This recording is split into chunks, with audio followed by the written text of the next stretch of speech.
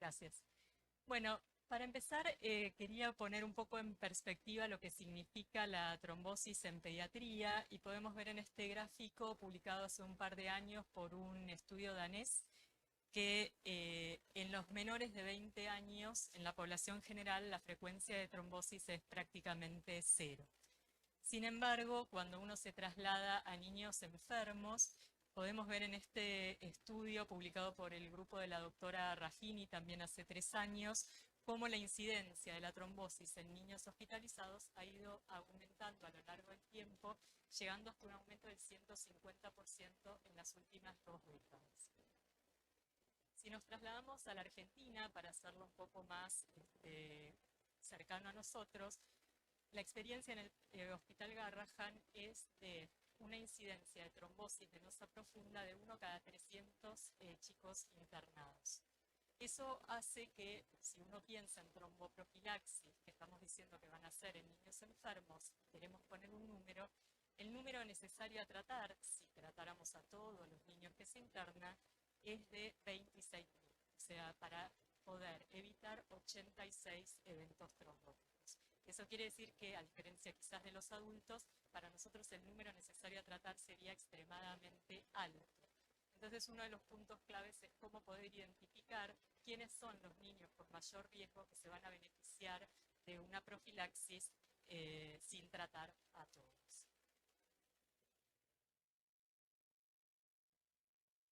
En este sentido, entonces, es que vamos a hablar sobre los puntos más destacados de las primeras guías que se van a publicar de tromboprofilaxis en los niños a lo largo de lo que queda del año. Y la guía plantea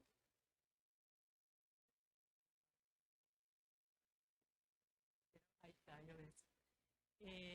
Recomendaciones en diferentes escenarios clínicos. Entre ellos, niños con leucemias, linfomas, tumores sólidos, con nutrición parenteral, catéter venoso central, con síndrome antifosfolípido y anticuerpos antifosfolípidos persistentes, niños internados y críticamente enfermos, trauma y cirugía. Sin embargo, de estas 12 recomendaciones de las que consta lo que por ahora es un borrador de la guía, en el Congreso se hicieron mención solo a algunos de ellos, que son los que vamos a ver ahora. La primera recomendación involucra a los niños con leucemia y linfoma y establece o sugiere en realidad indicar o no profilaxis anticoagulante basándose en el riesgo individual de cada niño, evaluando el riesgo de trombosis contra el riesgo de sangrado y considerando la opinión de la familia. Todas estas recomendaciones son recomendaciones condicionales, todos con baja nivel de evidencia. Entonces, si vamos a revisar un poco la incidencia que avala esta recomendación, si uno combina los trabajos publicados, se ve que la tromboprofilaxis disminuye la incidencia de tromboembolismo venoso, particularmente lo que son los tromboembolismos venosos sintomáticos, se observa una reducción a la mitad con el tratamiento preventivo. Sin embargo, cuando uno entra a analizar sus grupos, ve que no para todos los niños es el mismo beneficio. Entonces, para poner en contexto, se describe que aproximadamente un 5% de los niños con leucemia linfoblástica aguda va a desarrollar un evento trombótico sintomático a lo largo del tratamiento y la mayoría de esos eventos ocurren en la fase de inducción. Pero hay algunos factores que van a hacer que en cada niño individualmente ese riesgo pueda ser mayor o menor y son los que se enumeran acá. Entonces hay que tratar de identificar, como dijimos antes, quiénes son los que más se van a beneficiar.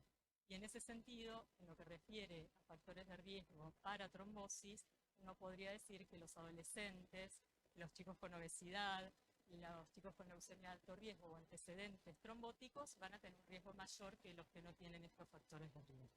Y a su vez tenemos que contrabalancear contra los riesgos de sangrado que se van a ver aumentados en las situaciones que vemos en el segundo recuadro. Y por otra parte, tener en cuenta otros factores como los protocolos de quimioterapia, específicamente la asparaginasa en este caso, y las situaciones donde va a haber que interrumpir esa profilaxis, por ejemplo, durante las funciones. En este estudio publicado por el grupo canadiense, también hace 2 o 3 años, podemos ver la incidencia de trombosis en la inducción, la fase de inducción de la quimioterapia, que está en el recuadro gris, y vemos que representa el 2% de un 6% total, que habíamos dicho que era la incidencia. Es decir, que en este periodo breve de tiempo, que dura un mes, va a ocurrir un tercio de las trombosis de todo el tratamiento. Entonces, los estudios que se hicieron de tromboprofilaxis en leucemia fueron hechos en esta fase de inducción y por ende no son extrapolables a otras fases. Este es el estudio más importante, el Trombotec, que fue realizado comparando el estándar de tratamiento, que quiere decir no tromboprofilaxis, contra la enoxaparina y los concentrados de antitrombina derivados plasmáticos. Y pudieron mostrar en la cohorte total que la enoxaparina y el concentrado de antitrombina, que están representados en verde y rojo, disminuyeron el riesgo de trombosis. Y cuando analizaron sus grupos, vieron que en realidad este beneficio se observaba en los niños mayores de 6 años y no en los menores de 6. Así que ahí podemos reducir el número necesario a tratar. Sin embargo, a pesar de que los concentrados de antitrombina redujeron el riesgo trombótico y sería como una buena elección en el sentido de que no aumentó el riesgo de sangrado, se vio un aumento de la recaída. Entonces la recomendación sobre los concentrados de antitrombina es no suplementar con antitrombina. Porque si bien redujo el riesgo trombótico, se vio que podía aumentar la recaída, ¿sí? Que disminuye la sobrevida libre de eventos. Y esto, por supuesto, que uno da prioridad a evitar la recaída de la enfermedad maligna y por lo tanto, a pesar de que no queda claro cuál sería el mecanismo por el cual está asociado a una mayor recaída, se prefiere evitarlo. Y este es el cuadro que muestra ese aumento del riesgo de recaída que solamente se vio en aquellos niños que tenían una leucemia correspondiente al grupo de riesgo intermedio. Por lo tanto, finaliza la recomendación 1 diciendo que si uno decide anticoagular ese niño, la sugerencia del panel es hacerlo solamente durante el periodo donde se recibe la asparaginasa, es decir, solamente en esa fase de inducción y eventualmente en la reinducción, si bien no hay estudios, y que se cubriría desde el momento de recibir esa droga hasta 2 o 3 semanas después, que es el tiempo que se considera que dura ese efecto protrombótico de la medicación. Y a su vez hay que suspenderla durante el periodo periatorio, como dijimos, por ejemplo, las punciones lumbares, o disminuir la dosis o suspenderla de acuerdo a la trombocitopenia si fuera moderada o grave. En relación a la recomendación 2, es sobre tumores sólidos, incluido el linfoma de Hodgkin, y en este caso la recomendación es no realizar profilaxis anticoagulante, y esto tiene que ver con que la mayoría de los eventos trombóticos en esta población ya están presentes en el momento del diagnóstico de la enfermedad maligna, es decir, que una profilaxis no evitaría esta situación, y que el riesgo posterior a esto es muy bajo en esta población. Por lo tanto, recomienda evaluar factores de riesgo individuales. Por ejemplo, en este gráfico podemos ver que la incidencia es más alta en, de vuelta, adolescentes con una enfermedad en un estadio avanzado y particularmente lo que tiene que ver con el compromiso mediastinal, que habitualmente se refiere a compresión extrínseca de las venas del sistema venoso superior o a invasión tumoral por la enfermedad. Es decir que nuevamente vamos a evaluar riesgo-beneficio de cada persona individual y estos serían los criterios como para valorar si están presentes, indicar una tromboprofilaxis siempre y cuando el riesgo de sangrado sea aceptado. La tercera recomendación, y es la única que sugiere tromboprofilaxis primaria, es la relacionada a nutrición parenteral total. Entonces recomiendan lactantes, niños y adolescentes realizar tromboprofilaxis primaria, con la salvedad de que las guías estas en particular la recomiendan cuando uno prevé una duración de la nutrición parenteral por más de 2 meses. Y esto está basado en la evidencia de que los niños dependientes de parenteral a lo largo del tiempo desarrollan casi el 60% de eventos trombóticos a 5 años. Y estos eventos trombóticos son los que terminan llevando a ese niño a la indicación de un trasplante de intestino, que por el momento tiene mala sobrevida, tiene malos resultados, con lo cual lo que uno prioriza es que ese niño pueda seguir alimentándose con parenteral porque eso es lo que le da mejor sobrevida a largo plazo. Y por último, teniendo en cuenta también que sí está indicada también la tromboprofilaxis secundaria en esta población.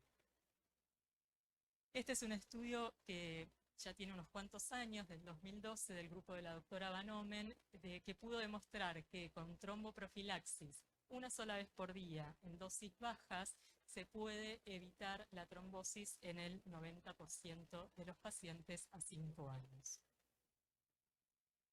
Algunos detalles a tener en cuenta: la población no incluye a neonatos, no fueron evaluados en los estudios presentados. Esta recomendación es para heparina de bajo peso molecular y antagonistas de la vitamina K. Los estudios fueron realizados con estas drogas, no hay evidencia por el momento con anticoagulantes orales directos. Y por último, que en algunos estudios no se pudo terminar de diferenciar tromboprofilaxis primaria de secundaria, pero bueno, la recomendación vale de todas maneras. En lo que refiere a niños internados, la recomendación es no utilizar profilaxis farmacológica. Si pensamos en lo que mencionamos al comienzo, para el grupo de la doctora Raffini sería anticoagular 10.000 niños para evitar un evento. En nuestro caso, en el Hospital Garrahan, sería anticoagular 26.000 niños para evitar 80 eventos. Y esto tiene que ver con la heterogeneidad del grupo que son los niños internados, y hace también la mención de que varios de estos niños pertenecen a otros de los grupos evaluados: el que tiene catéter, el que tiene la enfermedad maligna, el que tiene una cirugía. Entonces es como sumatoria de factores de riesgo. Ninguno de los estudios que se usaron como evidencia pudo evidenciar que la tromboprofilaxis en este escenario bajara la incidencia trombótica, por eso no se recomienda. Las recomendaciones 5 y 6 tienen que ver con los catéteres venosos centrales. Las presentan de manera separada: aquellos catéteres de menos de una semana de colocación y aquellos que se piensan con una duración mediana o a largo plazo. De todas maneras, en ninguno de los dos escenarios recomienda la tromboprofilaxis como regla general, sino nuevamente evaluar riesgo-beneficio. Mucho beneficio en cuanto a evitar trombosis, bajo riesgo de sangrado, evaluando estas particularidades: la ventilación mecánica, la inmovilidad, las infecciones graves o enfermedades inflamatorias como favorecedoras de tomar la decisión a favor de la anticoagulación. Dentro del Congreso, pero no en la sesión de las guías, hubo una presentación del doctor Faustino sobre la tromboprofilaxis en niños hospitalizados, donde él hizo hincapié en dos puntos importantes para tener en cuenta. El primero, el tiempo en el cual iniciar la tromboprofilaxis, y hace mención a dos estudios. Uno es el que dijimos recién, el PROTECT, que es un estudio del año 2003 de la doctora Andrew, donde hacían profilaxis con reviparina, dosis muy bajitas, con un objetivo de actividad anti-10 de 0,1. Y el otro es el estudio CRIT, donde participa el doctor Faustino, donde usaron enoxaparina en las dosis habituales de anticoagulación profilaxis con un anti-10 de 0,2 a 0,5, y lo que vieron es que cuando uno inicia esa tromboprofilaxis después del tercer día de colocar el catéter, no encontramos ningún beneficio. Si uno le indica dentro de las primeras 24 horas, que fue el estudio CRIT, podemos llegar a ver una disminución del riesgo trombótico, si bien ese estudio no resultó significativo desde el punto de vista estadístico. Pero él propone que antes de los 3 días sería el momento ideal, por la fisiopatología de la trombosis asociada al catéter, para instaurar una tromboprofilaxis si uno decide en ese sentido. Y por otro lado, la dosis.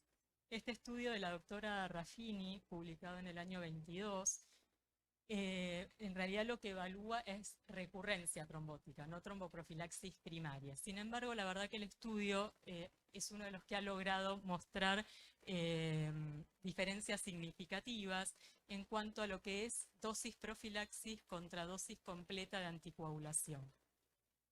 Entonces, la propuesta podría llegar a ser anticoagular de manera profiláctica, pero con dosis terapéutica. Y lo otro que pudo identificar el estudio son los grupos de mayor riesgo. Y por ejemplo, cada catéter adicional que se le coloca al paciente tiene un aumento del riesgo de un nuevo evento trombótico, las cardiopatías congénitas, la nutrición parenteral y las condiciones crónicas son los grupos a priorizar para poder evitar eventos trombóticos.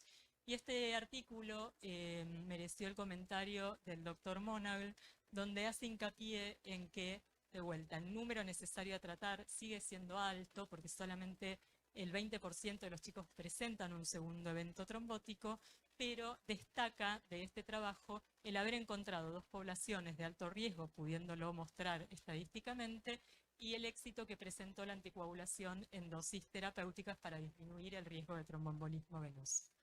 Y por otra parte menciona, porque muchas veces, y se presentó una encuesta en este sentido también en el Congreso, da la sensación de que uno le tiene más miedo al sangrado que a la recurrencia trombótica, entonces hace hincapié en que a pesar de dosis terapéuticas de anticoagulación, el riesgo de sangrado, los eventos de sangrado fueron bajos. La recomendación 11 es sobre niños críticamente enfermos y también sugiere, independientemente de que tengan o no catéter central, no anticoagular de manera preventiva. Y esto se basa en que los trabajos evaluados ninguno pudo demostrar un beneficio de la tromboprofilaxis. Sin embargo, en este estudio donde participan grupos de trabajo norteamericanos, pudieron establecer una incidencia de trombosis en la terapia pediátrica donde el número necesario a tratar baja a 50 para evitar un evento. Y pudieron ver algunos factores de riesgo asociados a trombosis en un paciente que esté ventilado, y esto es la ausencia de tromboprofilaxis, el catéter venoso central, la duración de la ventilación y la inmovilidad. De vuelta tratando de buscar scores o modelos de predicción de riesgo que apliquen a pediatría con alta sensibilidad y especificidad. Entonces, como conclusiones, la incidencia de tromboembolismo venoso es baja en pediatría, aún en situaciones de alto riesgo, pero continúa en aumento en los centros de alta complejidad. Por el momento, por más que hace muchos años que se intenta, no hemos logrado obtener scores de riesgo pediátricos que sean sensibles y específicos para determinar qué poblaciones tratar. El número necesario a tratar sigue siendo elevado. Hay muy poquitas, como vieron, indicaciones de tromboprofilaxis primaria en pediatría todavía, y el momento y la dosis de iniciar esa tromboprofilaxis parecen ser determinantes en la efectividad. Muchas gracias.